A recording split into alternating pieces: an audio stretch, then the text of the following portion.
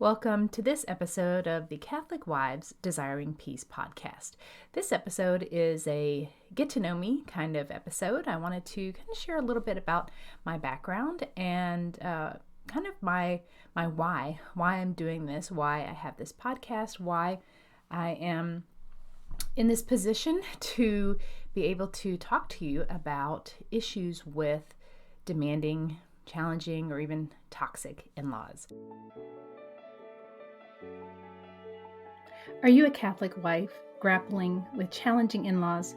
The Catholic Wives Desiring Peace podcast is your sanctuary for navigating the sometimes stormy seas of life with toxic in-laws while being validated for what you've experienced. Join me, your host, Miriam Susan, a Catholic wife who's weathered nearly 3 decades of in-law drama, as we tackle the tough issues you're dealing with head on. So my husband and I have been married for about 27 and a half years. We have 6 kids. We have 4 adult daughters. And that's even hard to say because it really has gone by in such a flash. And we have 2 sons. Our daughters came first, and then God switched things up on us and gave us 2 boys. And we have not been Catholic for very long, actually. We came into the Catholic Church through RCIA in 2018. But before then, my personal background is that I was raised in a totally a-religious home, meaning that we never went to church, not ever. We didn't talk about religious things. There was basically no religious training in our home at all. And the only things that I knew about God or Jesus came from, number one, I was baptized as an infant into the Methodist Church at the insistence of my grandmother, my dad's mom. In preschool years, I was put into a Presbyterian preschool, and so I did learn a little bit about God then. There were some seeds planted, and I remember as a child just dancing around on our screen porch in Florida, making up songs about God. And then throughout my older childhood years, no religious anything. I remember one time being in a Methodist church with a friend of mine, but really religion was just not part of anything that we did. The most I learned about Jesus and Christianity was actually through Christmas carols and singing them and loving Christmas carols, loving the Christmas season, and learning about Jesus through Christmas hymns like Away in a Manger. And then when I was in college, I had a very good friend who kept insisting on me joining her at a Bible study. And I don't know how many times she invited me before I actually went. And I just found these fellow young college students there and was just blown away by how diverse the group was. There was the football jock, and there was the cheerleader, and there was the academic, and just a wide swath of people. And I thought, okay, well, these are not what I thought, Christians were like. And I came to know God. I came to know Jesus through that Bible study. I'm so thankful for my friend Tanya inviting me to go. And that began my spiritual journey. And my husband and I met through Fellowship of Christian Athletes, and we got married, and we attended Baptist churches for many years. Then we went to some non-denominational churches before finally settling into a really sound, good Presbyterian church. But at the same time, we were, kind of wandering, and eventually that led my husband to do a lot of research on the Catholic Church, and we joined in 2018. But that's just my personal background. And the issues with my in-laws, of course, are a little more complicated. Before my husband and I even really had been dating for very long, he invited me to go home with him to meet his parents. It was a little intimidating. I remember asking my mom permission to go, and she's like, well, you're over 18. You don't need my permission to go, but thank you for, asking. And we went, and things have just always felt a little bit off with my in-laws and my mother-in-law in particular. There was never really any words I could put to it. I could never really define what it was that was strange or uncomfortable or troubling, unnerving, something that it was always like a base level of stress that existed every time we got together, every time we were planning for them to come visit us, every time we were planning to go visit them. There was always just a knowing that something wasn't quite right. Now, things looked fairly normal on the surface because there were periods of time when everything was great, it seemed great, everything seemed normal. And then there would be some kind of incident, tension leading up to that incident. The incident, pretty much a denying a lot of times that it even happened. That's not what I meant. That's not how it really happened. You're just too sensitive. Mostly directed at my husband, and it was just a really strained relationship at times. And my husband was very much the golden child for very many years because he was the first to get married. Although, I'm trying to pick out like what to share because it's volumes. It's volumes of things that have happened. And the tricky thing is that if you pull out these little stories that I have like peppered throughout our married life, very few of them are that dramatic. Very few of them are something that an outsider would say, whoa, that's, they weren't like that. That's not the nature of how my mother-in-law tends to operate. She has a stellar resume. You could never imagine that someone who is so involved in the foster care system, who is so involved with her church and volunteering and going on mission trips and helping with the library and all these things. I mean, she has truly an impeccable resume. And so it makes it really hard for someone who's on the outside to hear me or my husband say, you know what, things are just not right. Because her resume, the saying, your resume speaks for itself. Well, it kind of does, except that it doesn't tell the whole truth.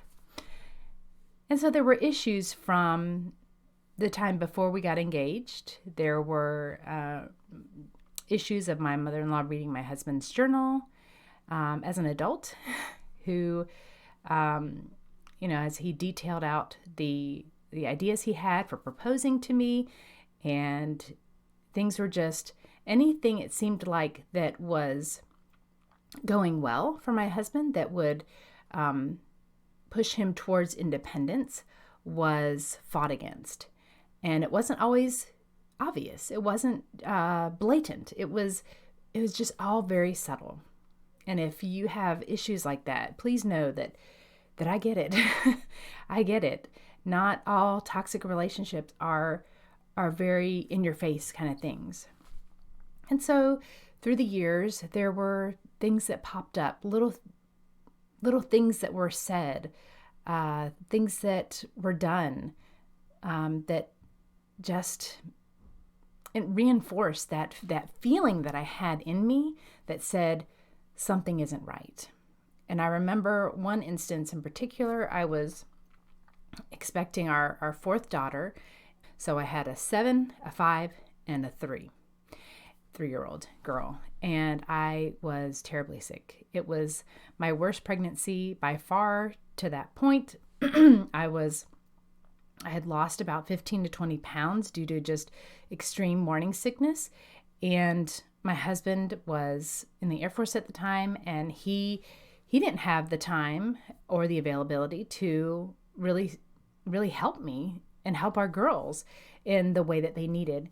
And so when things got especially rough, my husband called my mom and called his mom and asked them if they could please just for a week just come and allow me to rest, allow me to basically just check out and have supervision for our three children. And they both agreed. My mom came up first, and I mean, it was amazing. She came and she cooked and she cleaned and she took the girls out and played with them in the yard and fixed their hair and did laundry, clean, I mean, everything. And it was such a blessing. And then it was time for my mother-in-law to come. And I will freely admit that I might be a little fuzzy on the details.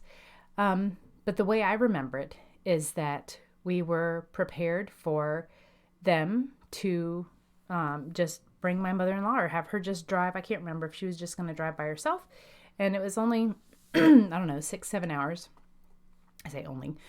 We were kind of in the middle between both parents. And she was just going to come for a week, just like my mom did, or so we thought.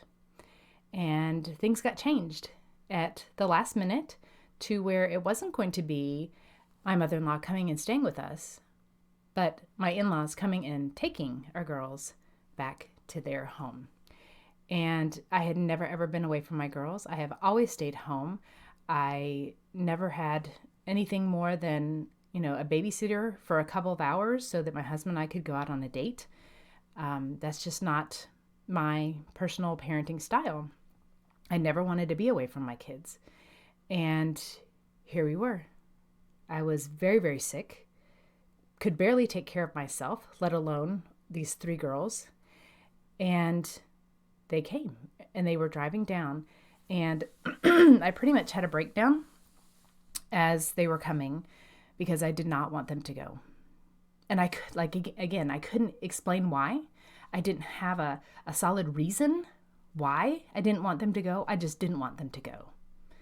And looking back, I feel like that was really the Holy Spirit saying, protect your girls, keep them home, keep them safe, keep them nearby. So they were driving down and I lost it. And I told my husband I did not want them to go. And I actually told him that I was willing to lay down behind our minivan and he would have to run me over in order to take the girls to meet up with his parents. Definitely not a proud moment in my life, for sure. But that's how desperate I felt at the time. And so I was crying. My husband was crying. The girls were crying. It was just an emotional, traumatic event. And we all went inside. And my husband had already been loaded up. All the kids were already loaded up. All their stuff was loaded up in the van. And I lost it. I wasn't going to allow it to happen. And we went inside. I took a shower. And during that time in the shower, I really felt like God was speaking to me to tell me, you know what, Susan, you need to submit to your husband and allow him to take the girls to your in-laws' house, or to meet up with my in-laws. My in-laws were going to meet up with my husband partway there. And so I did. And he did. And I don't think I went. I don't remember if I rode with him to drop off the girls. I just stayed home.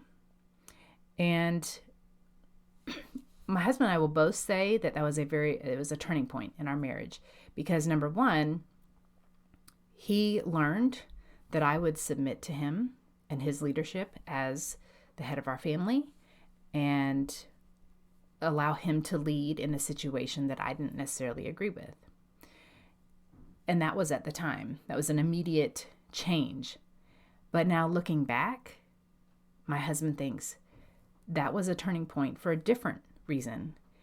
And it was that he allowed his parents more say in our family and in our marriage than I had.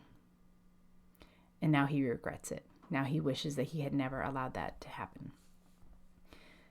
And that's just one example of some things that had happened.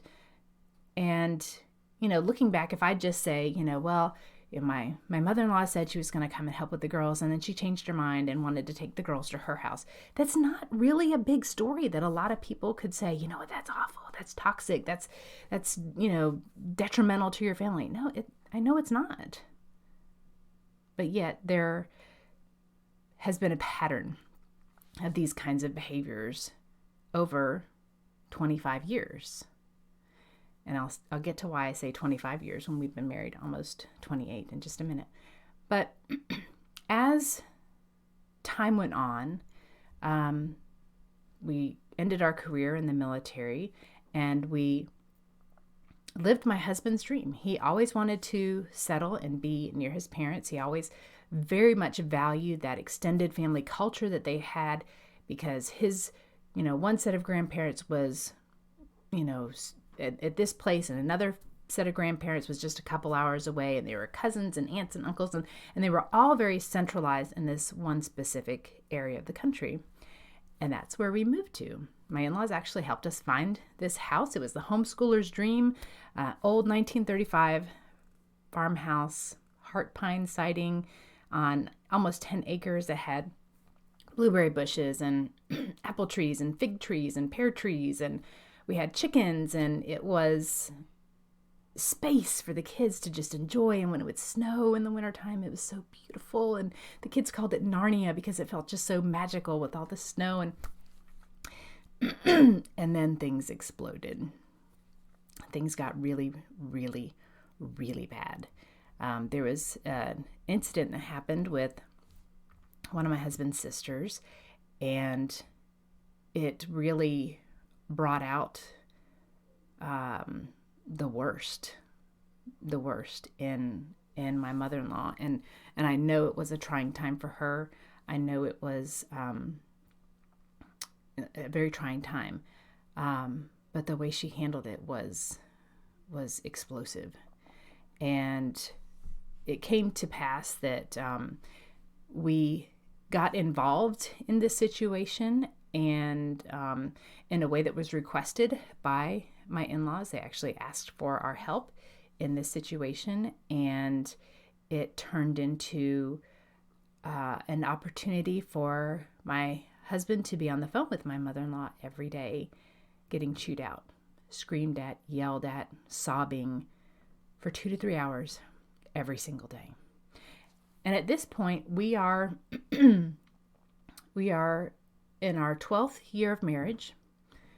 My husband has no regular work. It was right about the time, 2008 timeframe, where the economy took a massive tumble. The business that my husband was trying to set up and run with his dad basically went under because of the rising fuel prices and the equipment that they had to use.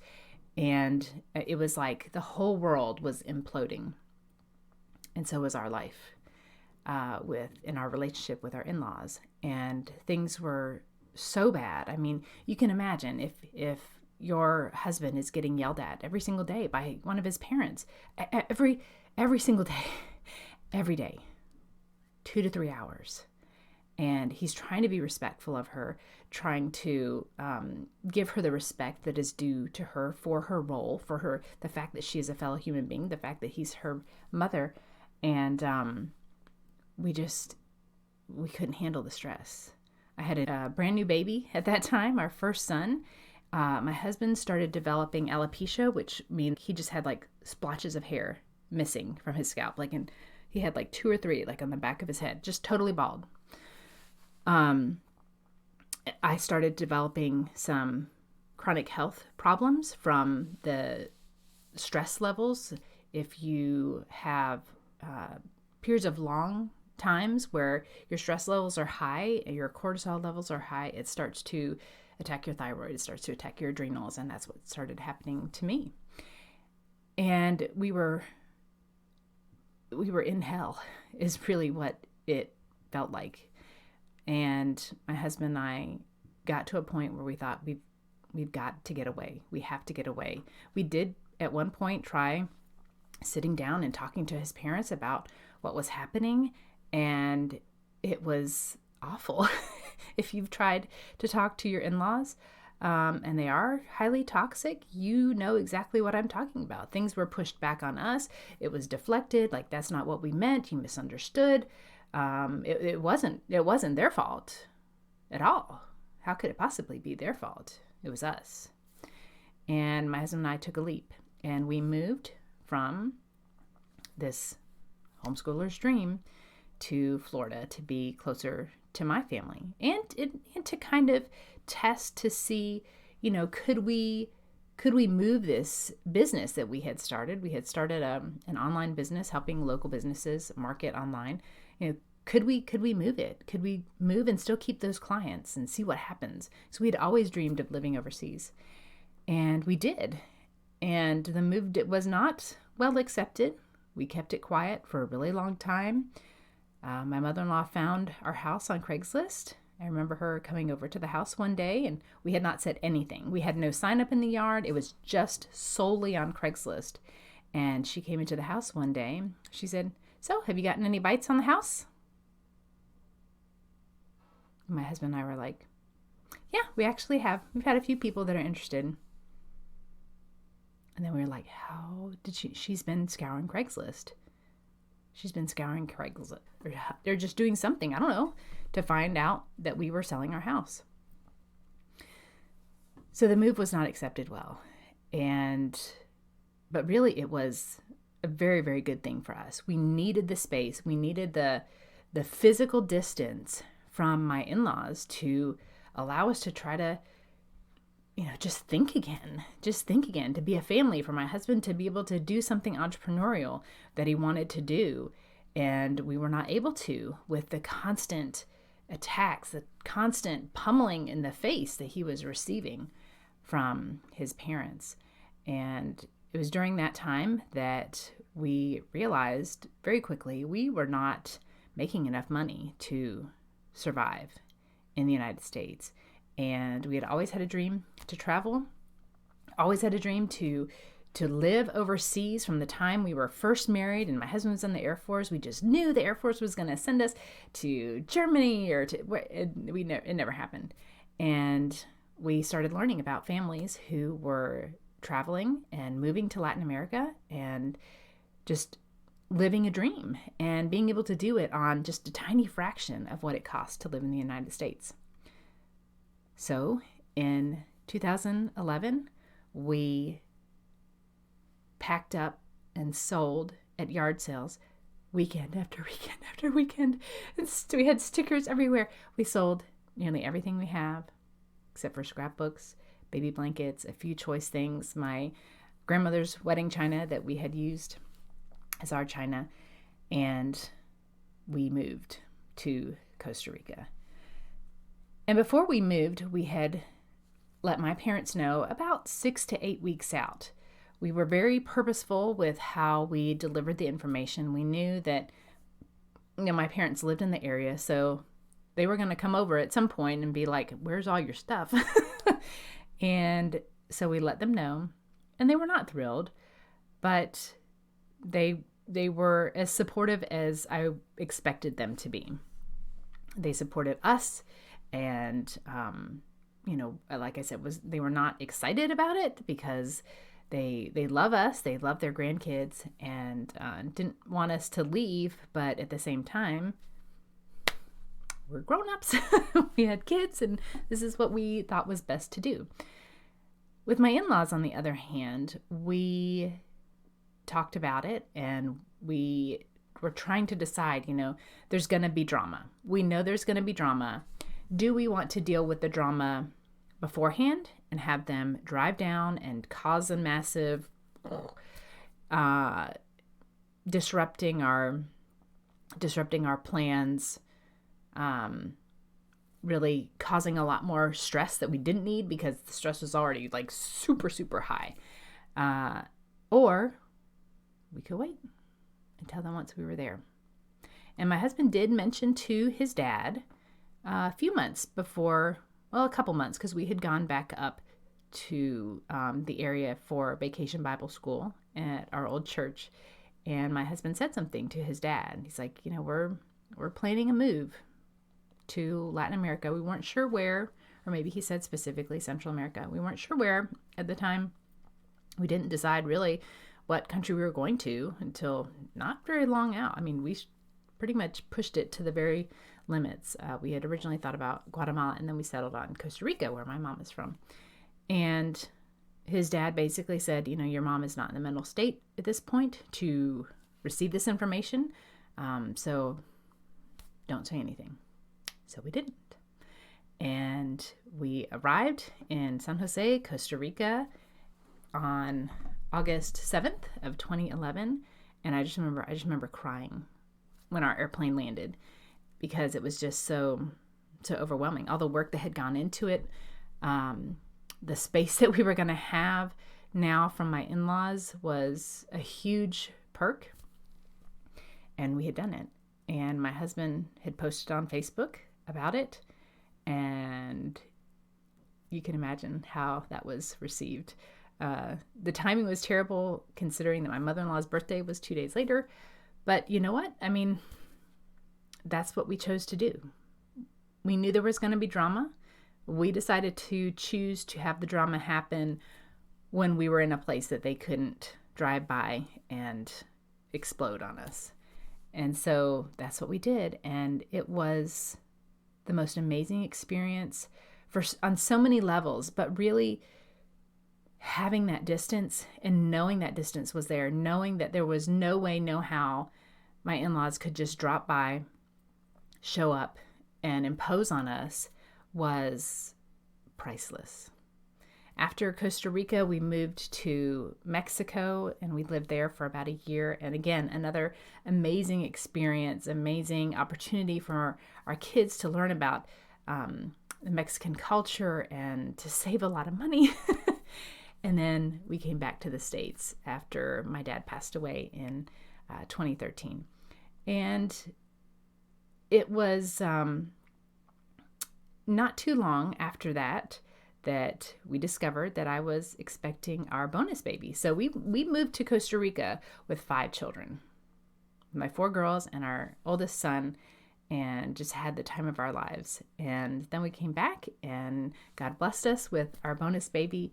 And then he took a job in the Middle East to provide for our family, because that's just how it worked out. And we actually spent some time traveling through Western Europe, through England and France and Spain, and a little bit of time in Wales.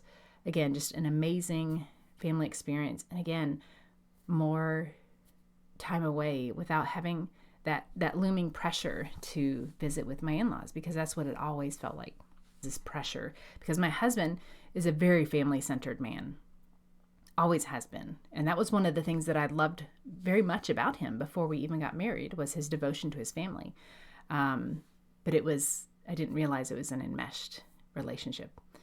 And then after our time in Europe, we came back to the States, and my husband took another job in the Middle East, and he worked in the United Arab Emirates. And for 6 months, we were able to go out there, and that was truly another life-changing experience, to live in a Muslim culture, to see how they live, to see how similar they are to us, was amazing.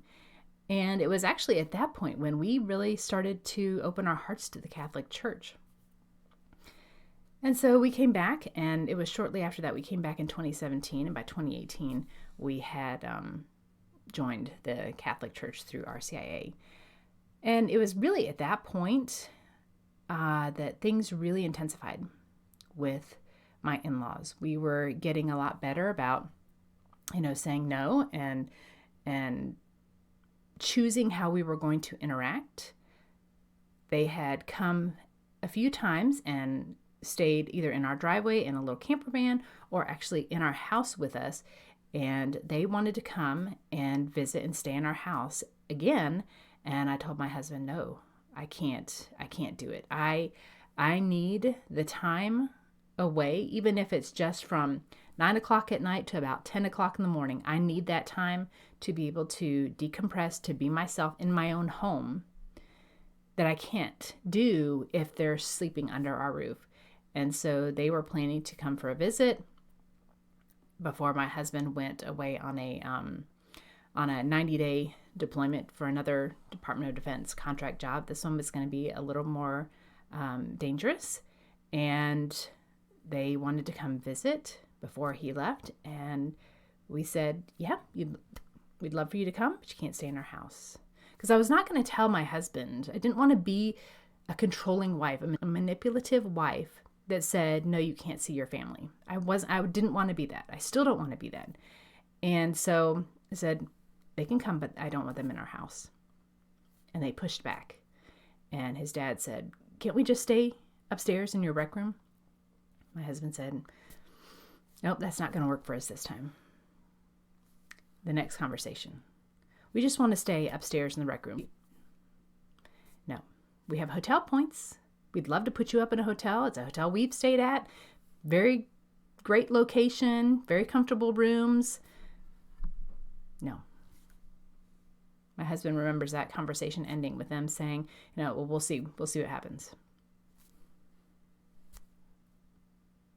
So we got pushback on just a very simple line that we didn't want to cross, a very simple boundary. And after that, they came, and I thought it was a reasonable visit. All the visits that we ever had with them seemed to be reasonable up until something happened. There was always a little jab, a little throw at the end, a little statement of, I still don't really have words for what it was, but just something was said or done that was like to let us know that she wasn't happy. And this visit was no different. And they went away. They went further south into Florida for a conference. And on the way back, my husband had extended an invitation for them to come and see the kids one more time. And, my daughter would bake cookies or whatever. And after they left, we got to talking, and I was like, we've already seen your parents. I just want it to be us. I just want it to be our family, not have to worry about being on for them. And I just want it to be us. You're about to leave. He had spent quite a bit of time away at training before coming home, and he was only home for like a week or 10 days before he had to leave again for 90. I said, I just want it to be us. And so he called his parents at the conference, let them know, hey, I'm going to renege on this invitation. I just want it to be our family. And we thought that was it. But it wasn't. And what ended up happening was, I can't remember if it was Sunday or Monday, my daughter was getting ready to leave because she had to go to work. And she walked out of the house to get in her car and, love you, see you later, have fun. And then the next thing I know, she's back inside. And she says, Mommy, I think I just saw their van drive by. And I was like, what? It's like, no. What do you mean? She's like, no. I think I saw their van drive by. It had this teal sticker on the back of their van. Just like their van. And it was them. And they totally, completely disregarded our request to not come visit. And they drove down our street, and we lived on a cul-de-sac, and they were just hanging out in the cul-de-sac. And my husband went out and met them and said, what are you doing? Why are you here? I asked you not to come. I told you not to come. This is my time with my family. Why are you here? I'm an independent adult. I'm an autonomous person. This is our autonomous family unit. Why are you here? We asked you not to come. And it was immediately thrown back in his face. Is this the kind of legacy you want to have? It's weird that you don't want to spend time with your family. And it was like, what? And they kind of argued back and forth for about 30 to 45 minutes out in the street. And I was inside thinking, what the heck is going on? What is happening? What is happening right now? This is so bizarre. And they were not allowed inside the house. They were not allowed to see the children.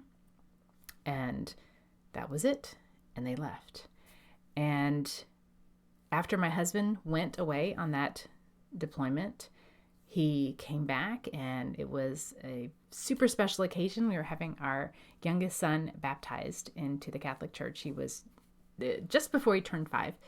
And my in-laws came back again, and it was the most stressful weekend of my life.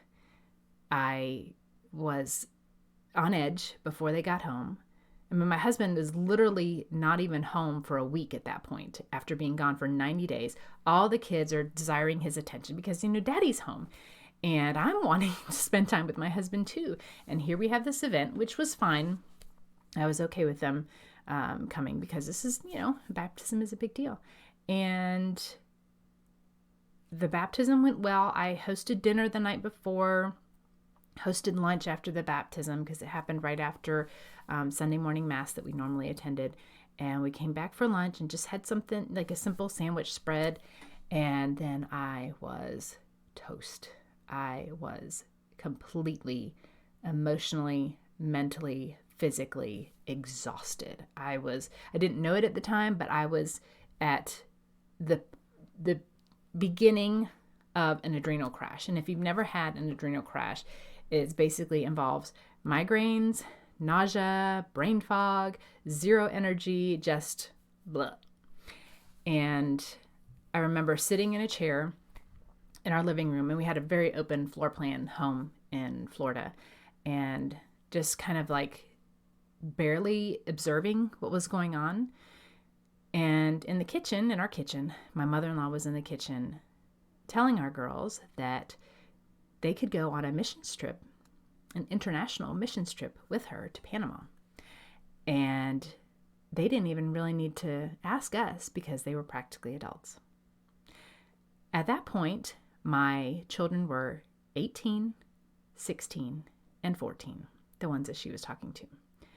My husband heard part of the conversation, and immediately, the visit was done. Okay, it was time for my brother-in-law to leave. He had to catch a plane, and everybody was leaving. My in-laws too. We were done. And they left, and after that, they wanted to get together again with my husband. They wanted to see us again. We said, no, we're done. We're not visiting anymore. And there was more pushback, more insistence on wanting to see us. And my husband sent the text saying, don't call us, we'll call you. We want to have a break. I will contact you when we're ready. And I think that incident, and that happened in 2019, and we have been no contact ever since. The incident was a culmination of decades worth of behaviors that we can now look back on and say, that was not good. That was not healthy. Because hindsight's always 20/20, right? And if you don't have words to put to certain behaviors at the time, it's hard to kind of classify them like how they are, except that maybe they make you feel a little weird. But that instance in the kitchen was confirmation of a fear that my husband had had since the time he was very, very young. Before we even met, when he was still a child at home, he knew in his heart of hearts that at some point his mom was going to do whatever she could to turn our children, my husband's future children, against him. And there it was playing out in our kitchen. And that was, like I said, that was a pivotal moment itself. Also, my husband seeing how being around his parents was actually physically hurting me. For a long time, he thought that it was all me, that I just needed to reframe and really pray about how I saw his parents. But in that short amount of time, that weekend, he realized that it wasn't me, that it really was not, all in my head or whatever. So I could share, hundreds, literally hundreds of other stories, of other instances of what our family has gone through, what our family has experienced. But I just wanted to share a little bit, and I actually went on a lot longer than I intended. But I share this all to let you know that I understand, that I get it. And if you're listening to this, then chances are you are in a place where you don't have a lot of people who get it. You don't have a lot of people who understand and know what it's like to have in-laws in a relationship where from the outside it looks perfect and they look like amazing people and you are so blessed to have these people as your in-laws, and inside you're screaming, no, you don't understand. It's not normal. It's not like this. It is not a beautiful painting. It's just a facade. And there's a lot of troubles behind this. And that's what I lived for very many years. And I will tell you that I would never encourage anybody to, rashly decide to go no contact, to rashly, make a rash decision and just immediately cut off contact for no good reason. No. From what I have observed, from what I have gathered through years of talking with other wives who are going through similar situations, that it has never been a rash decision on anybody's part. It has always been a decision that was made through prayer, through many, many times of giving second chances and third chances and 10th chances to the parents before deciding, you know what, enough is enough. I can't handle this anymore. For our family's sake, for our mental health sake, we have to cut off contact. That has always been the experience that I have seen. And I would never encourage anybody to cut off contact without prayerfully considering it, trying just about everything you can beforehand to make things work. But sometimes no contact is really the only option in order to protect your marriage, protect your sanity, and protect your children. And that's why I'm here. I'm here to give you a voice, to help you feel seen and heard, and to know that you are not alone in this. You are not the only one who has these things happening to you that don't make any sense to anybody else, that your friends don't get, that people say, but that's his mother, but that's his father, they're his family.